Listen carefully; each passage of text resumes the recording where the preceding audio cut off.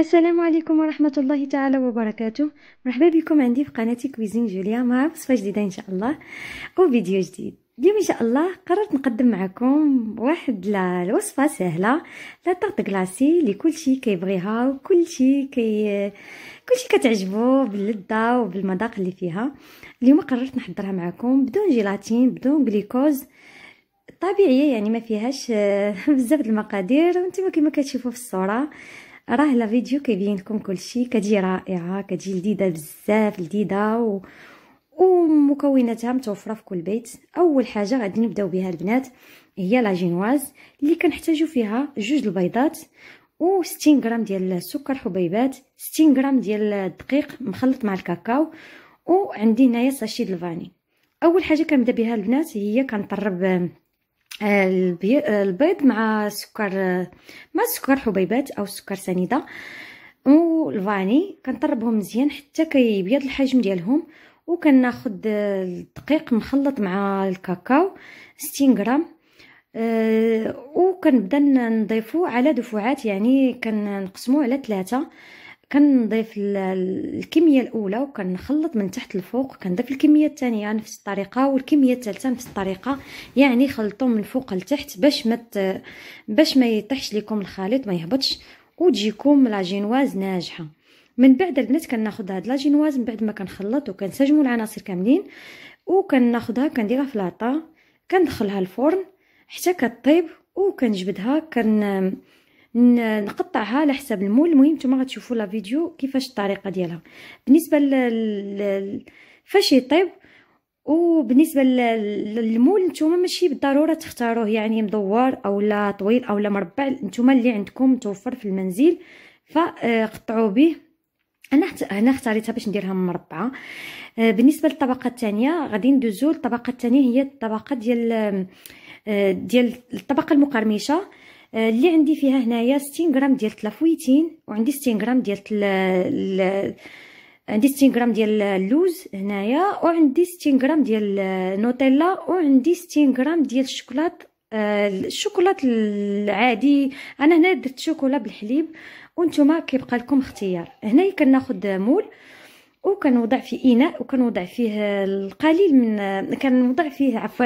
كنوضع فيه الكميه ديال الفويتين مع الكميه ديال النوتيلا مع الكميه ديال اللوز، وكنوضع فيه الشوكولا من بعد ما ذوبته، وكنخلط العناصر كامله كما كتبان لكم في الصوره.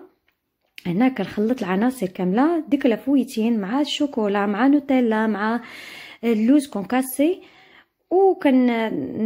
ناخذ ديك لاجينواز من بعد ما قطعتها على حساب المول وعلى حساب الشكل اللي بغيت انا صافي. وهنايا كناخذ ديك الخليط ديال لافويتين الطبقه المقرمشه.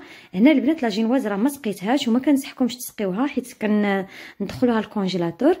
هنايا غادي نوزع عليها الطبقه المقرمشه مزيان، هنايا كتوزع مزيان، يعني ما كتخليو كلشي كتغطيو ديك لاجينواز كلها كتغطى بديك الطبقه المقرمشه. راه كتجي لذيذه، كتجي خطيره الصراحه في المذاق، كتجي رائعه. هنا البنات من بعد ما سرحتها على هاد لاجينواز كندخلها الكونجيلاتور ليله كامله. هنا بالنسبه لاموس وشوكولا فكناخذ البنات 2 اصفار البيض. غادي نبدا اول حاجه بلا كريم انجليز. هنا عندي 40 غرام ديال السكر حبيبات، هنا عندي 250 غرام ديال الشوكولا اللي كتكون فيه نسبه الكاكاو 70%. هنا عندي 200 مليلتر ديال الحليب، وعندي 250 مليلتر ديال لا كريم. اول حاجه البنات كناخذ داك 200 مليلتر ديال الحليب كنوضعو في كاسرول، وكنوضع عليه نصف الكميه ديال السكر، وكنوضع فيه نصف الكميه ديال الفاني، كنخلط وكنوضعو فوق النار حتى كيسخن، يعني كيسخن مزيان الحليب. هنايا غادي ناخذ داك نصف الكميه ديال السكر مع دوك 2 اصفار البيض وكنخلطهم مزيان مزيان مزيان البنات حتى كيولي الخليط ابيض. ها نتوما غادي تشوفوا في الصوره كي غادي يبان لكم. هنا زيدوا خلطوه، زيدوا عطيوه الكانه مزيان وتخلط لكم مزيان البنات حتى كتحصلوا على اللون الابيض. هنا فقط انا اكتفيت بالطراب اليدوي، الا بغيتوا ديروا بالطراب الكهربائي فممكن، ولكن انا بالطراب اليدوي غير هو تعطيوه الخاطر. هنا من بعد البنات ما خلطت الخليط ابيض، هنا كناخذ الحليب، الكميه ديال الحليب مع السكر مع الفاني، وكنوضعها تدريجيا فوق الخليط ديال البيض حاولوا البنات ما امكن توضعوا تدريجي الخليط بالتدريج باش ما يطيبش لكم البيض. صافي البنات كنخلط مزيان هذا الخليط وكنولي نرجعوا الكاسرول النيت اللي طيبت فيها الحليب، هي فين كنولي نرجعوا كما كتشوفوا هنا في الصوره. راه الفيديو كيبين لكم كل شيء. هنا البنات كما كتشوفوا كنردوا في الكاسرول كما قلت لكم، وكنبدا نخلط بملعقه خشبيه او اي ملعقه، المهم ما تكونش الطراب اليدوي، فما كنصحكمش تستعملوه. صافي البنات هنايا كنبدا نخلط نعطيه حتى هو الخاطر حتى كيطيب على عافيه مهيله بطبيعه الحال. راه دغيا كتوجد هاد لا كريم اونغليز، راه ما كتحتاجش وقت كبير. كما كنقول لكم لا كريم اونغليز خصكم فقط المقادير يكونوا مضبوطه فاش كتجي ناجحه كنستعملوها بزاف د الحوايج.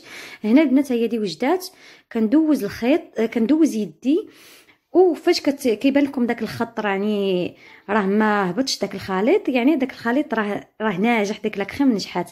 هنا كناخذ البنات ديك 250 غرام ديال السكر اللي قلت لكم، ديال الشوكولاط عفوا، اللي قلت لكم فيه نسبه الكاكاو مرتفعه 70%.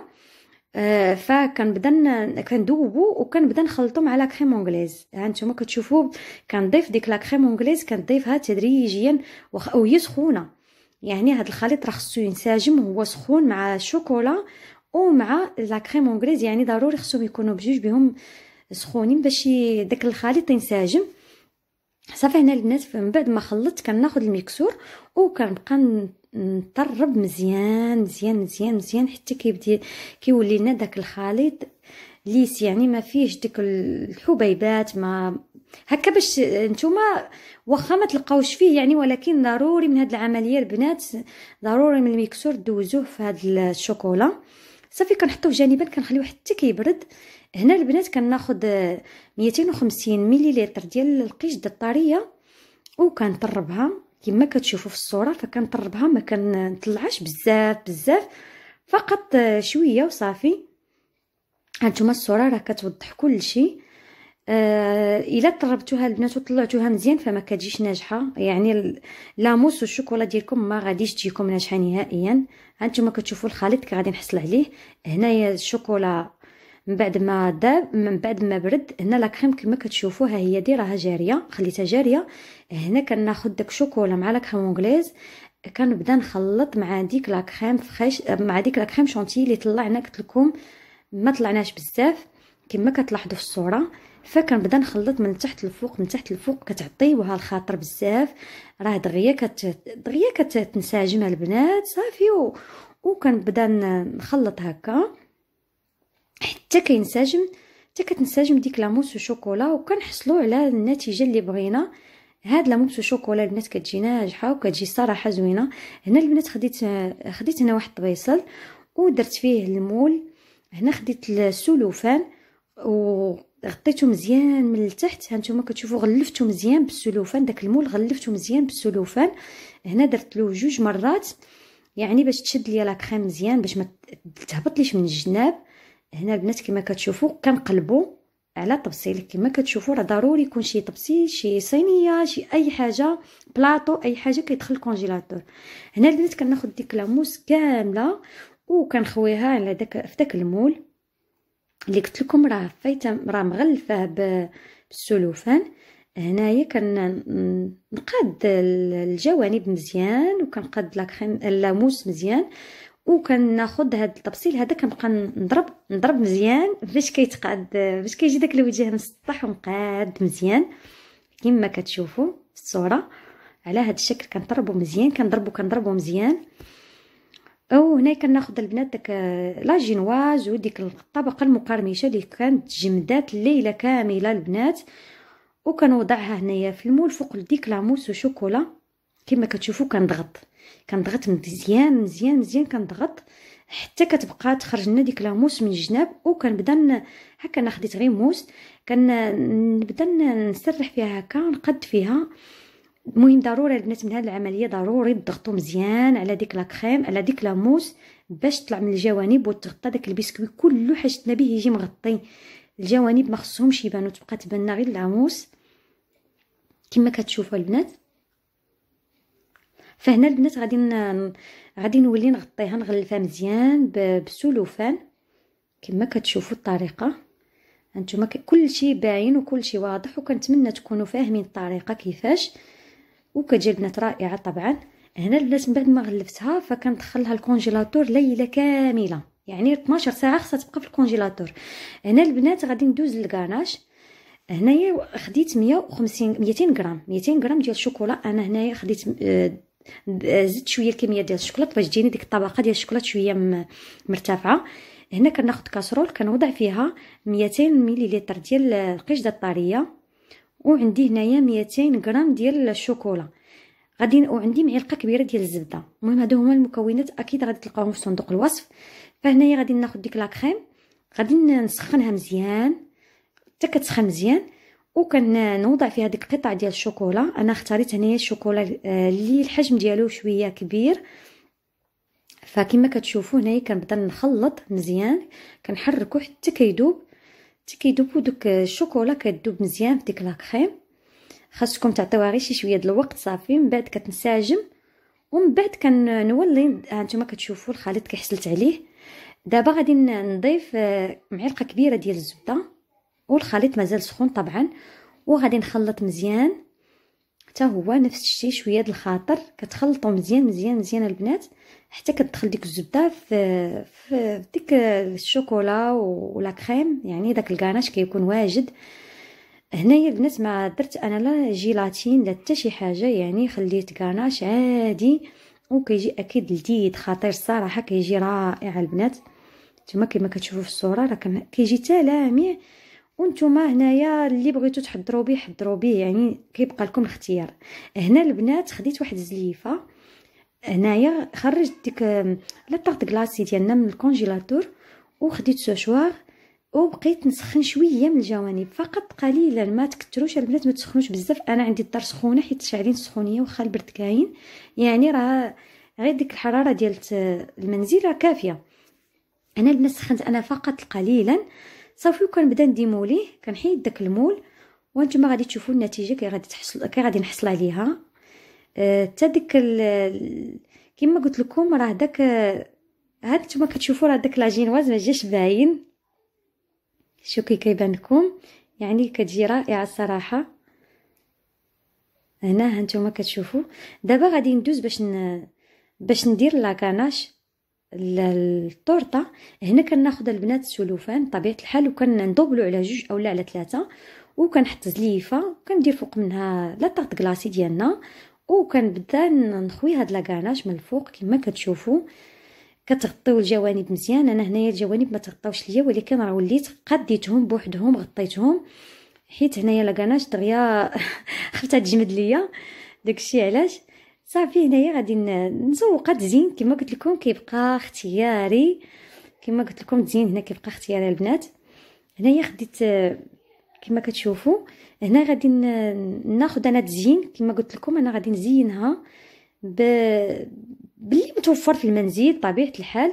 هنا البنات انا غادي نقاد لها الجوانب مزيان، وغادي ناخذ هاد لافويتين اللي بقات لي واحد الكميه ديال لافويتين، وغادي نديرها في الجوانب. نتوما راه شفتوا كما قلت لكم راه الجوانب كلهم غطيتهم، وليت غطيتهم بالشوكولا ديك لاكاناش، وكناخذ هاد لافويتين نلبسها لديك الجوانب مزيان البنات. هانتوما كما كتشوفوا. الا طحت لكم شي حاجه من لافويتين فممكن تستعملوها، علاش لا.